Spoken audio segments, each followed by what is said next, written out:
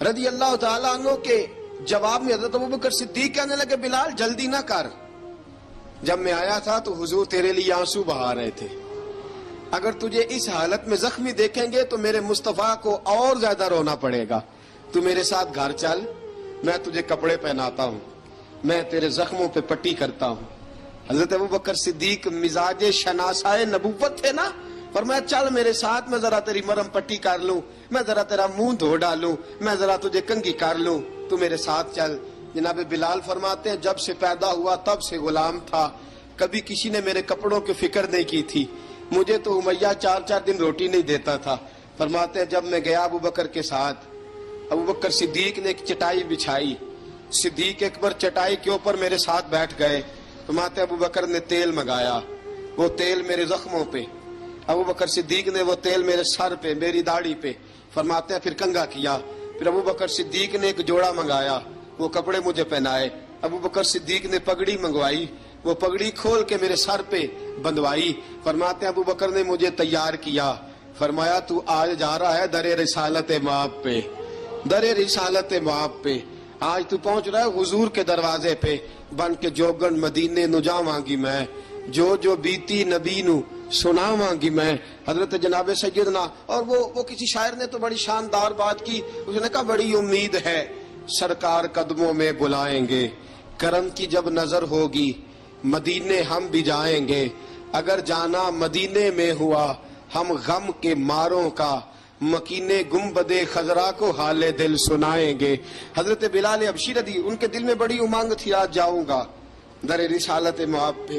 ملا رومی لکھتے ہیں کہ جناب سیدنا صدیق اکبر نے سجایا سوارا، جناب بلال کے آنسو رکتے ہی نہیں، کہا باپ ہوتا ہے جو خدمتیں کرتا ہے، میں نے آنکھ کھولی تو باپ کا سایہ تو میں نے دیکھا ہی نہیں، اور فرمایا ماں تھی تو ماں جب بھی میں کام کر کے آتا تھا تو مجھے دیکھ کے میری اماں بس رو دیا کرتی تھی، 2-3 بہنیں تھیں، اور حضرت بلال فرمانے لگے ان بہنوں کو میں دیکھتا تھا تو وہ میرا حال دیکھ کے روتی تھی، اور جب وہ مجھے دیکھتی تھی تو میں رو دیا کرتا تھا۔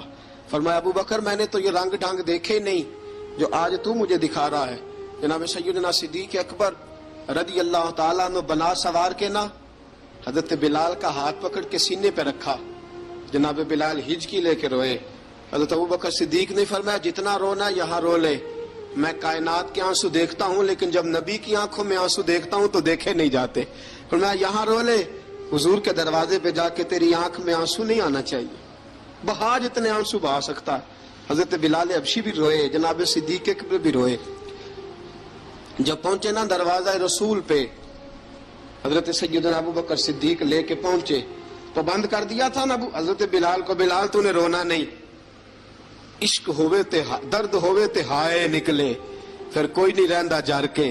حضرت سیدنا بلال حبشی کو لے کے پہنچے در مصطفیٰ پہ، رسول اکرم صلی اللہ تعالی علیہ وسلم نے ایک نظر حضرت بلال پہ ڈالی، جناب بلال نے یوں آنکھ ملائی تو سر جھکا لیا، وعدہ کیا تھا نا رونا نہیں، سر جھکا لیا۔ اب دوسری نظر نبی کریم صلی اللہ تعالی علیہ وسلم نے جب اٹھائی نا حضرت ابوبکر صدیق کی طرف تو حضور نے فرمایا صدیق تیرا شکریہ، ابوبکر اللہ تجھے جزا دے۔ جب رسول پاک کی زبان سے یہ لفظ نکلے تو جناب صدیق اکبر نے ہاتھ اٹھائے، یوں ہاتھ باندھے جب رسول پاک کے سامنے تو سب سے زیادہ آنسو ابوبکر صدیق کے اپنے نکل گئے۔ کہا یا رسول اللہ میں غریب بے نوا، تو امیر حرم، تو کجا من کجا۔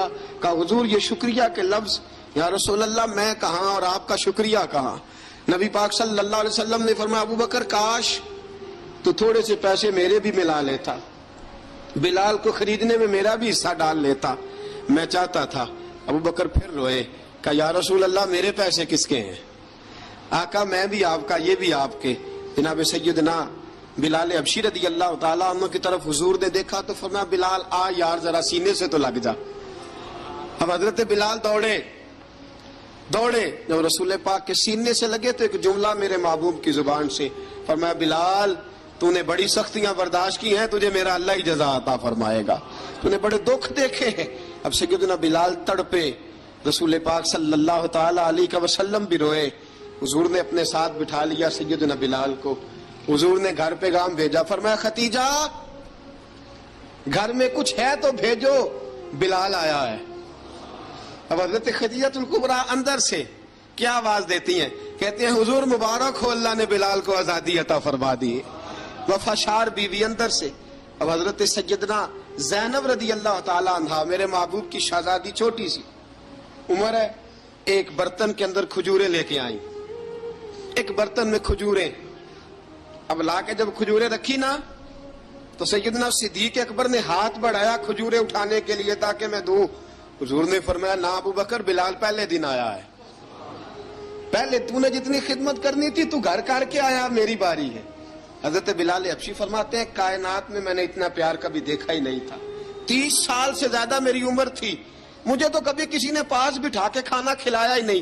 فرماتے رسول پاک سخت سخت کھجوریں سائیڈ پہ کرتے، اندر سے نرم کھجور نکالتے، اس کھجور سے تھوڑا سا چھلکا جدا کرتے، فرماتے پھر اس کو توڑتے، اس کے اندر سے وہ گھٹلیاں اتار کے حضور ایک سائیڈ پہ کرتے، وہ نرم کھجور رسول جب میری طرف بڑھاتے، حضرت بلال فرماتے ہیں بھوک تو بڑی تھی لیکن آج بھوک ساری بھول گئی تھی۔ آج مجھے یوں لگتا تھا جیسے میں زمین پہ نہیں عرش کی بلندیوں پہ بیٹھا ہوا ہوں۔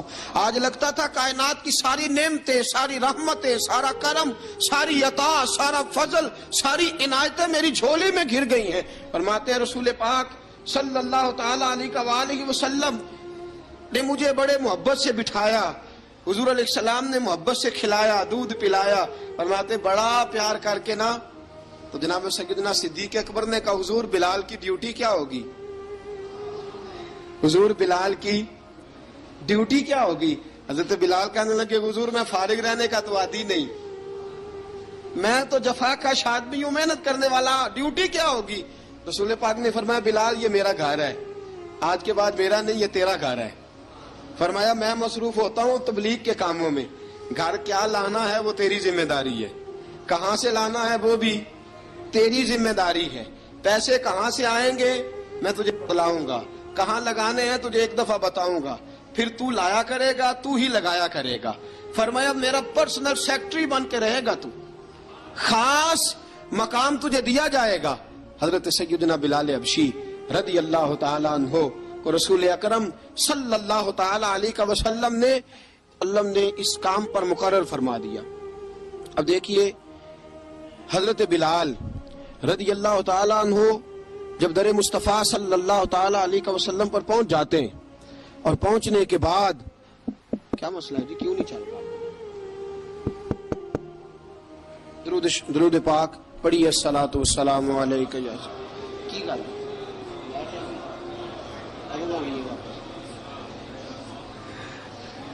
میں یہ گزارش کر رہا تھا کہ حضرت بلال حبشی رضی اللہ تعالیٰ عنہ کو رسول پاک نے یہ ڈیوٹی عطا فرما دی۔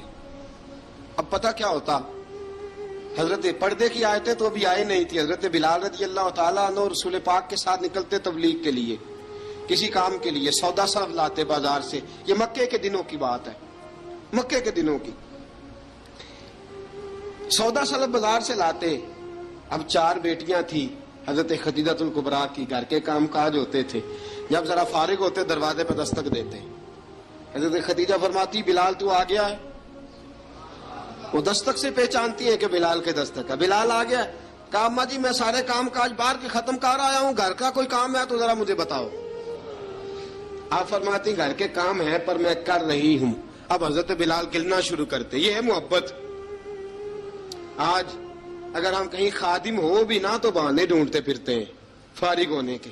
حضرت بلال فرماتے آپ نے چکی پیس لی ہے، گھر میں جھاڑو دے لیا ہے، بچوں کے لیے دودھ آ گیا ہے، بکریوں کا دودھ دھو لیا گیا ہے، ایک ایک کام پوچھتے ہیں۔ حضرت خدیجہ الکبریٰ فرماتی یہ بھی ہو گیا، یہ بھی ہو گیا، چکی رہ گئی ہے پیسنے والی۔ فرماتے ذرا دروازہ کھول دو میں پیس ڈالتا ہوں۔ حضرت بلال گھر کی چکی پیستے، گھر کے کام کاج کرتے۔ ایک دن نہ دار ارقم میں رسول پاک تھے تو باہر سے کچھ شورش ہوئی، حضرت بلال حبشی کہنے لگے حضور ایک نیزہ نہیں منگوا دیتے مجھے؟ ایک نیزہ۔ ساری دنیا حضرت بلال کو مؤذن رسول سمجھتی ہے اور ہیں بھی، لیکن حضرت بلال سب سے پہلے نیزہ بردار بھی ہیں۔ سب سے پہلے نبی پاک کی حفاظت کے لیے نیزہ جس شخص نے اٹھایا ہے، تلوار اٹھانے والے اور ہیں، جان قربان، نیزہ سب سے پہلے حضرت بلال۔ کہا حضور ایک نیزہ نہیں منگوا دیتے؟ بلال کیا کرنا ہے؟ کہا یا رسول اللہ یہ کافر ہلکی پھلکی شرارت کرتے رہتے ہیں، ذرا میرے ہاتھ میں نیزہ ہوگا نا تو قریب کوئی نہیں آئے گا. یہ کرتے رہتے ہیں نا ہلکی پھلکی شرارت، باز نہیں آتے، نیزہ دے دیں گے نا تو قریب کوئی نہیں آئے گا. اب رسول پاک نے نیزہ دے دیا، منگوا دیا. اب حضرت بلال کے ہاتھ میں نیزہ ہوتا، رسول پاک کے آگے آگے چلتے، آگے آگے آگے آگے. نبی کریم صلی اللہ تعالی علیہ وآلہ وسلم دار ارقم میں جا کے تبلیغ کا کام شروع کرتے تو حضرت بلال دروازے پہ نیزہ لے کے کھڑے ہو جاتے. حضور نے فرمایا بلال تو ادھر کھڑا ہو گیا. یا رسول اللہ انشاءاللہ جب تک میں کھڑا ہوں اندر کوئی کافر آ نہیں سکتا، اندر کوئی نہیں آئے گا، میں محافظ بن کے کھڑا ہوں. حضرت بلال حبشی رضی اللہ تعالیٰ عنہ نے ہمیشہ، اور یہ نیزہ ہمیشہ پاس رکھا، بدر میں بھی، احد میں بھی، تبوک میں بھی، یرموک میں بھی، خندق میں بھی. جب نبی پاک نماز پڑھانے کے لیے کھڑے ہوتے تو حضرت بلال نیزہ نبی پاک کے آگے گاڑ دیتے. یہ سترا بن گیا، اب کوئی آگے سے گزرے گا تو اسے تکلیف نہیں ہوگی، گناہ نہیں ہوگا، حضور کے آگے رکھ دیتے. حضرت بلال حبشی نے مکے کے 13 سال سابقون الاولون میں سے ہیں. قرآن کہتا ہے والسابقون الاولون من المہاجرین والانصار. فرمایا وہ جو پہلے سبقت لینے والے ہیں نا مہاجر اور انصار، پہلے جنہوں نے سب سے پہلے کلمہ پڑھا، وہ مہاجر اور انصار جنہوں نے پہلے کلمہ پڑھا. اور فرمایا والذین اتبعوہم بإحسان، اور وہ جنہوں نے احسان کے ساتھ ان کی پیروی کی، رضی اللہ عنہم ورضوا عنہ. فرمایا وہ اللہ سے راضی ہیں، اللہ ان سے راضی ہے. اللہ انہیں جنت میں داخل کرے گا جس کے نیچے نہریں بہ رہی ہیں. ذالک الفوز العظیم. فرمایا یہ بہت بڑی کامیابی ہے، پہلے کلمہ پڑھ لینا. حضرت بلال سابقون الاولون میں سے، پہلے کلمہ پڑھنے والے لوگوں میں سے. جناب سیدنا بلال حبشی رضی اللہ تعالیٰ عنہ نے پوری دلیری کے ساتھ کام کیا. اب آ گیا وقت ہجرت کا. رسول پاک صلی اللہ تعالی علیہ وسلم نے حضرت بلال کو فرمایا بلال تو ہجرت کر جا مدینے کی طرف، چلا جا. حضرت بلال نے عرض کی حضور میں غلام ہوں، خادم ہوں، ہر حکم ماننا میری ڈیوٹی ہے، لیکن ایک عرض کرنی ہے صرف. حضور نے فرمایا بلال کرو. کہا یا رسول اللہ آپ مدینے آئیں گے نا؟ آپ آئیں گے مدینے؟ رسول پاک صلی اللہ علیہ وسلم مسکرا پڑے، فرمایا ہاں میں بھی آؤں گا. کہا حضور بس ٹھیک ہے، بتائیں کب جانا ہے، بس اتنی سی بات ہے. آپ آئیں گے نا؟ حضور نے فرمایا آؤں گا. کہا ٹھیک ہے بتائیں کب جانا ہے. سرور کون مکان سیاح لا مکان صلی اللہ تعالی علیہ وسلم نے فرمایا بلال یہ 16 مرد عورتوں بچوں پر مشتمل 16 لوگوں پر مشتمل یہ قافلہ ہے. اس قافلے کے اوپر تجھے میں امیر مقرر کرتا ہوں، تو ان کو لے کے جائے گا مکے سے مدینے 250 کلومیٹر کا سفر، 250 میل کا سفر. حضرت بلال حبشی رضی اللہ تعالیٰ عنہ قافلے کے امیر بن کے، سخت گرمی کا موسم. حضرت بلال کے ہاتھوں میں تلوار ہے، ایک ہاتھ میں نیزہ ہے، ایک ہاتھ میں تلوار ہے. تیر آپ نے پیچھے باندھ رکھے ہیں پشت پہ اور آپ لے کے جا رہے ہیں، کبھی قافلے کے آگے، کبھی پیچھے، کبھی دائیں کبھی بائیں. وہ عورتیں اور بچے ذرا پریشان ہوتے تو حضرت بلال فرماتے پریشان ہونے کی ضرورت نہیں، ہمیں مصطفیٰ کریم نے بھیجا ہے، ہمیں نبی اکرم صلی اللہ علیہ وسلم نے بھیجا. میرا یقین بڑا مضبوط ہے اور میں نبی پاک صلی اللہ علیہ وسلم نے بھیجا، فکر نہ کرو چلو. اب یہ قافلہ جا رہا ہے. حضرت بلال حبشی نے بخیر و عافیت سپہ سالار بن کر اس قافلے کو پہنچایا مدینے میں. اب مدینے پہنچا کے سارے لوگ مدینے والے مدینے میں لگ گئے اپنے اپنے کام. حضرت بلال پہلے دن ہی آ کے مدینہ منورہ سے باہر سرحد پہ کھڑے ہو گئے. کہا بلال ادھر کیا کر رہے ہو؟ کہا وعدہ کیا تھا یار نے آؤں گا دن ڈھلے. نبی پاک علیہ السلام نے وعدہ فرمایا تھا میں آؤں گا. اب میرا تو کام ہے نبی پاک کا انتظار کرنا، استقبال کرنا. حضرت بلال روز انتظار کرتے. رسول پاک تشریف لے آئے. حضور حکم کیا ہے؟ فرمایا مسجد بنانی ہے. مسجد ایک قباء بن رہی ہے تو سب مزدوروں سے زیادہ کام حضرت بلال نے کیا. مسجد نبوی کی تعمیر شروع ہوئی تو سب سے زیادہ کام حضرت بلال نے کیا. مسجد بن گئی. اب جناب اذان کا معاملہ شروع ہو گیا. مسلمانوں کو نماز کے لیے کیسے بلائیں؟ ایک صحابی کہنے لگے حضور ہم اوپر آگ جلایا کریں گے، جب آگ جلے گی تو لوگوں کو پتہ چلے گا نماز کا وقت ہو گیا. ایک نے کہا ہم بڑی دف منگواتے ہیں، دف بجائیں گے، نماز کا وقت ہو گیا. حضور نے فرمایا جاؤ صبح فیصلہ کریں گے. رات سے صحابہ سوئے. حضرت عبداللہ ابن زید رضی اللہ تعالیٰ عنہ اور حضرت عمر فاروق رضی اللہ خواب دیکھتے ہیں. خواب میں کوئی اذان پڑھ رہا ہے، اللہ اکبر اللہ اکبر اللہ اکبر اللہ اکبر. اذان پڑھنی چاہیے نا؟ کیا خیال ہے آپ کا؟ اذان آنی چاہیے نا؟ میں ویسے معذرت کے ساتھ کبھی کبھی ایسا ہوتا ہے کہیں جماعت کرانے لگے نا تو کسی سے کہنا تکبیر پڑھو تو ایک دوسرے کو کہنا شروع کر دیتے ہیں تو پڑھ تو پڑھ. میں اپنے استادوں کے پاس جب ہم پڑھتے تھے حضرت اویسی صاحب رحمۃ اللہ علیہ کے پاس، تو ہم پڑھ رہے تھے، سبق تھوڑا رہتا تھا، دیر ہو گئی کلاس کو، تو ایک لڑکا آیا تو استاد کہنے لگے اذان پڑھ. کہنے لگا جی مجھے شرم آتی ہے. تو استاد فرمانے لگے یار میں تو بڑا بے شرم ہوں، 40 سال ہو گئے اذانیں پڑھ رہا ہوں، تمہیں شرم آتی؟ بڑا بے شرم ہوں، 40 سال سے اذان. کہنے لگا نہیں جی وہ والا معاملہ نہیں. فرمانے لگے یار گالی نکالتے وقت شرم آنی چاہیے، کسی کو برے لفظوں سے یاد کرتے وقت، کسی کا گلہ کرتے وقت، غیبت کرتے وقت، چغلی کرتے وقت، جھوٹ بولتے وقت، دغا اور فریب اور فراڈ کرتے وقت شرم آنی چاہیے. تجھے اذان دیتے وقت شرم آ رہی ہے. یہ ہمارا حال ہے. اذان آنی چاہیے، مشکل کام نہیں، سیکھنی چاہیے. میرے نبی کریم صلی اللہ علیہ وسلم نے فرمایا جس نے 40 دن تک اللہ کی رضا کے لیے 5 وقت کی اذان پڑھی، 40 دن صرف، فرمایا اللہ اس کے پچھلے سارے گناہ معاف فرما دے گا. اور فرمایا قیامت کے دن سب سے لمبی گردنیں مؤذنوں کی ہوں گی، اذان دینے والوں کی گردنیں اور قد لمبے ہوں گے. یا رسول اللہ پھر؟ فرمایا وہ لائن بنا کے جنت میں جائیں گے. فرمایا جب مؤذن جنت میں جا رہے ہوں گے تو سب سے آگے آگے میرا بلال ہوگا، سب سے آگے آگے مؤذنوں کا قائد اور لیڈر میرا بلال ہوگا، حضرت بلال حبشی رضی اللہ تعالیٰ عنہ. اب آزان کوئی کہنے لگا یہ کریں، کوئی کہنے لگا وہ کریں. اب حضرت عمر خواب دیکھتے ہیں کوئی اذان پڑھ رہا، عبداللہ ابن زید خواب دیکھتے ہیں کوئی اذان پڑھ رہا. اب جب یہ آئے آ کے سویرے حضور کو خوابیں سنائی، حضور اس طرح سے اذان پڑھی ہے. فرمایا جس طرح کی تمہاری خواب ہے نا اسی طرح میرے اللہ کی رضا بھی ہے. حضور اذان پڑھے گا کون؟ فرمایا بلال پڑھے گا. حضرت بلال کی آواز میں لکنت تھی، اشہد نہیں کہتے تھے، اسحد کہتے تھے، لکنت تھی. حضور نے فرمایا بلال کا اسحد بھی اللہ اشہد بنا کے قبول فرماتا ہے.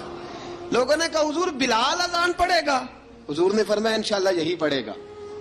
حضور نے حضرت بلال کو اب اصحاب صوفہ میں پڑھتے بھی تھے، باقاعدہ علم بھی حاصل کرتے تھے، نبی پاک کے پاس تعلیم حاصل کرتے تھے، حضرت بلال حبشی. اب حضور نے فرمایا بلال یہ اذان کے لفظ ہیں تو اذان پڑھا کرے گا. جناب بلال حبشی کو اذان سکھا دی اور رسول پاک صلی اللہ تعالی وسلم نے فرمایا چڑھ جا مسجد نبوی کے ساتھ مینارے پہ، چڑھ جا ایک کونے پہ اور چڑھ کے اذان پڑھ. اب حضرت بلال حبشی رضی اللہ تعالیٰ عنہ نے سب سے پہلی اذان تاریخ میں پڑھی، سب سے پہلی اذان. 2 مرتبہ حضرت بلال اذان نہیں پڑھ سکے جب تک رسول پاک موجود ہے. 2 مرتبہ، ایک مرتبہ تو مدینہ منورہ میں کسی وجہ سے حضرت بلال اذان نہ دے سکے، ایک مرتبہ تبوک سے واپسی پہ سو گئے. حضور نے فرمایا بلال تیری ڈیوٹی ہے ہمیں جگانے کی. حضرت بلال خود بھی سو گئے. سویرے جب اچھی طرح سے سورج چمکا تو رسول پاک کی آنکھ کھلی. حضرت بلال کو حضور نے آواز دی، جناب بلال چونک کے اٹھے. فرمایا تجھے کہا تھا جگانا ہے. یا رسول اللہ ساری رات جاگتا رہا، جب جاگنے کا ٹائم آیا تو سو گیا. میں نے کہا میں ذرا کمر سیدھی کر لوں. حضور بس لیٹا ہی ہوں تو آنکھ لگ گئی، ٹیک لگائی ہے بس میں نے، پتھر کے ساتھ آنکھ لگ گئی. حضور نے فرمایا چلو پڑھو اذان. حضرت بلال نے اذان پڑھی اور سورج چمکتے میں رسول پاک نے نماز ادا فرمائی. عزیز دوستو حضرت بلال حبشی نے ہمیشہ اذان پڑھی، ہمیشہ. نبی کریم صلی اللہ تعالی علیہ وسلم کے صحابہ ایک دن حضرت بلال سے کہنے لگے بلال تو ساری زندگی اذان پڑھتا رہا، مزہ کب آیا اذان پڑھنے کا؟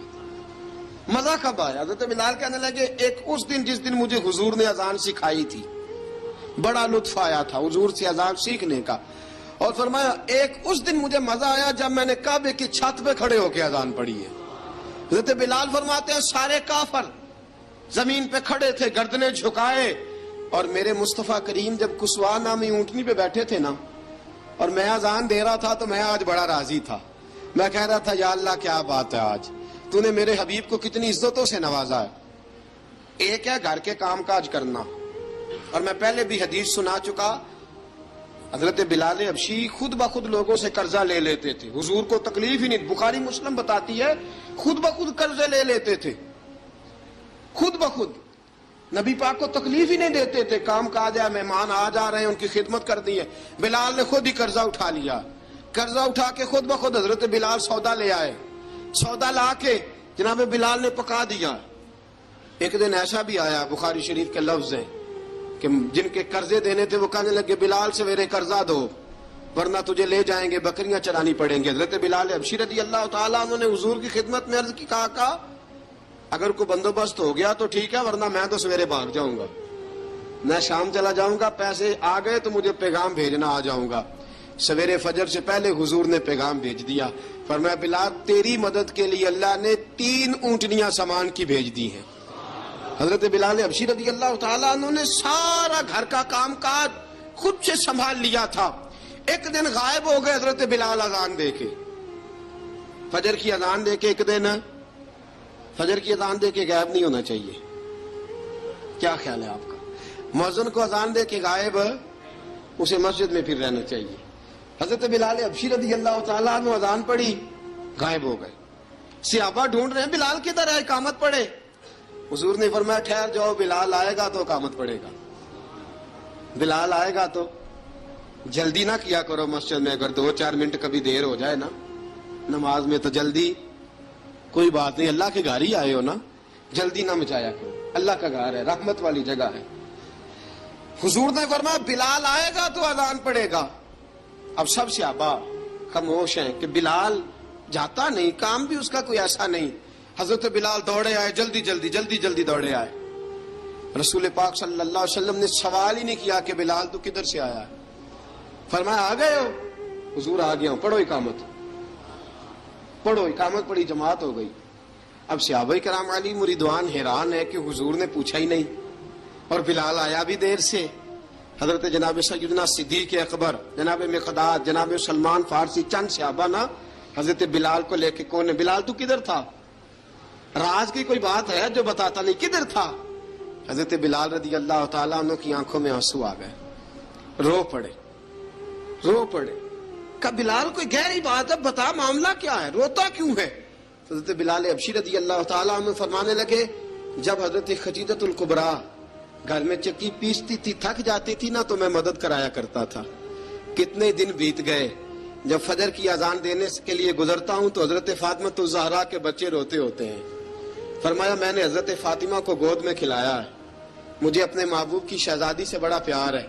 کئی دنوں سے حضور کی خدمت میں عرض کر رہا تھا یا رسول اللہ کو مہربانی فرمائیں۔ حضور نے رات پیغام بھیجا ہے سیدہ فاطمہ کو کہ بلال جب آئے تو پردہ کر کے اندر چلی جایا کر۔ حضرت بلال فرماتے ہیں اذان دے کے گیا تھا حضرت فاطمہ کے گھر، میں نے کہا محبوب کی بیٹی ذرا پردہ کر لے، تو بچوں کو دودھ پلا، میں تیری چکی پیس دیتا ہوں۔ حضرت بلال حبشی کی آنکھوں میں آنسو رو رو کے بتلاتے ہیں، فرمایا سیدہ طیبہ طاہرہ حضرت فاطمہ الزہرا، میرے حبیب نے پتہ کیا فرمایا؟ فرمایا جس نے فاطمہ کو راضی کیا اس نے تو مجھے راضی کیا۔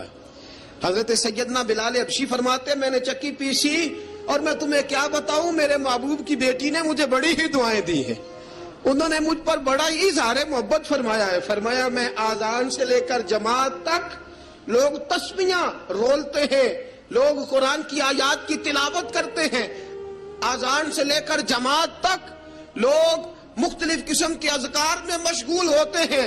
فرمایا میرا ذکر سنو، میری تلاوت سنو، میرا وظیفہ سنو، میں آذان سے لے کر جماعت تک محمد عربی کی بیٹی کی خدمت کرنے چلا جاتا ہوں۔ رسول پاک صلی اللہ علیہ وسلم کی شہزادی کی چکی پیس کے آیا۔ حضرت بلال نے اس انداز میں، بدر کی جنگ لگ گئی، بدر کا مارکا، حضرت بلال کے ہاتھ میں تلوار ہے، کہا میں لڑوں گا، پورا پورا جہاد کروں گا۔ امیہ بن خلف جو بڑا مارا کرتا تھا نا، وہ دوڑ رہا تھا اپنے بیٹے کو لے کے، آگے کچھ صحابہ کھڑے تھے، وہ قریب سے گزرنے لگا، حضرت بلال نے فرمایا ذرا پکڑنا امیہ کو، یہ مجھے مارا کرتا تھا، ذرا پکڑنا، نہ جانے نہ دینا۔ امیہ کو صحابہ نے روکا، حضرت عبد الرحمن ابن عوف نے پکڑ کے ایک زور سے گھونسا مارا، ادھر جا کے گرا۔ حضرت بلال تلوار لے کے کھڑے ہیں امیہ کے سر پہ، کہا امیہ میں تجھے نہیں کہا کرتا تھا اللہ میرے مصطفیٰ کو بڑی عزتیں عطا فرمائے گا، میں تجھے نہیں کہا کرتا تھا کہ خدا ہمیں غلبہ دے گا، هو الذی ارسل رسولہ بالہدی ودین الحق لیظہرہ علی الدین کلہ، میں نہ کہا کرتا تھا کہ اللہ اس دین کو ہر دین پہ غلبہ دے گا، اور میں دیکھ اللہ نے ہمیں عزت دے دی، دیکھ تو ذلیل کر دیا گیا۔ حضرت بلال نے مارا، گردن اڑا دی۔ حضرت ابوبکر صدیق پیچھے دیکھ رہے تھے، دوڑے ہوئے آئے، کہا بلال مبارک ہو، بلال مبارک ہو، آج تو تیرے سارے بدلے پورے ہو گئے۔ حضرت بلال نے سجدہ شکر ادا کیا۔ میرے دوستو بڑی باتیں ہیں جناب بلال کی کرنے والی، یہ وقت ساتھ نہیں نہ دیتا کسی کا، یہ رک جاتا ہے، یہ کہتا ہے کہ بس اب رک جاؤ وقت ہو گیا آگے گزرنے کا. حضرت بلال حبشی رضی اللہ تعالیٰ عنہ رسول پاک کا وصال ہوا نا, حضرت بلال نے منہ سے لفظ ہی کوئی نہیں ادا کیا. کسی نے اپنا دکھڑا کسی انداز میں سنا لیا. حضرت عمر نے کہا, جس نے کہا حضور وصال کر کے گردن اڑا دوں گا. حضرت عثمان غنی نے کہا خبردار کوئی مجھے آ کے نہ بتائے کہ مصطفیٰ وصال کر گئے. حضرت علی المرتضیٰ رضی اللہ تعالیٰ عنہ نے فرمایا نہ بھائی میرے مصطفیٰ پر تو موت آتی ہی نہیں جس طرح آپ لوگوں پہ. سب لوگوں نے اپنے اپنے اظہار کر لیے نا, بلال نے کسی کو دکھ بتایا ہی نہیں. ایک کونے میں بیٹھ کے نا حضرت بلال اکیلے آنسو بہاتے رہے, کسی کو بتایا ہی نہیں, اکیلے روئے. ایک شخص کہنے لگا یار بلال بولتا نہیں. کہا نہ بلاؤ اسے. عصر کی نماز کا وقت ہوا نا تو وہ بلال جو کعبے کی چھت پہ بغیر سیڑھیوں کے چڑھ گیا تھا, وہ بلال جو کعبے کی چھت پہ بغیر کسی سہارے کے چڑھ گیا تھا, اس بلال کو کہا کہ بلال چل ذرا آذان پڑھ مسجد کی چھت پہ چڑھ جا. حضرت بلال کئی بار چڑھے اور کئی بار گرے, کئی بار چڑھے اور کئی بار گرے. حضرت بلال حبشی رضی اللہ تعالیٰ نے آواز دی, کہا سلمان میری مدد کرنا, میری مدد کرنا, اب مجھ سے چڑھا نہیں جاتا, اب مجھ سے جایا نہیں جاتا. جناب سلمان فارسی نے بھی سوال نہیں پوچھا کہ بلال تو بیمار ہے, یہ نہیں پوچھا. حضرت بلال کو 2-4 صحابہ نے اٹھایا, چھت پہ پہنچایا. بلال نے اذان شروع کی. جب کہا نا اللہ اکبر اللہ اکبر, وہ آواز جس میں بڑا سوز ہوتا تھا, بڑی درد, بڑی بلندی ہوتی تھی, بڑا جوش خروش ہوتا تھا, آج وہ آواز دب گئی. جب بلال نے کہا نا اشہد ان لا الہ الا اللہ, حضرت بلال رضی اللہ تعالیٰ عنہ نے تھوڑی دیر روک کے سانس لیا.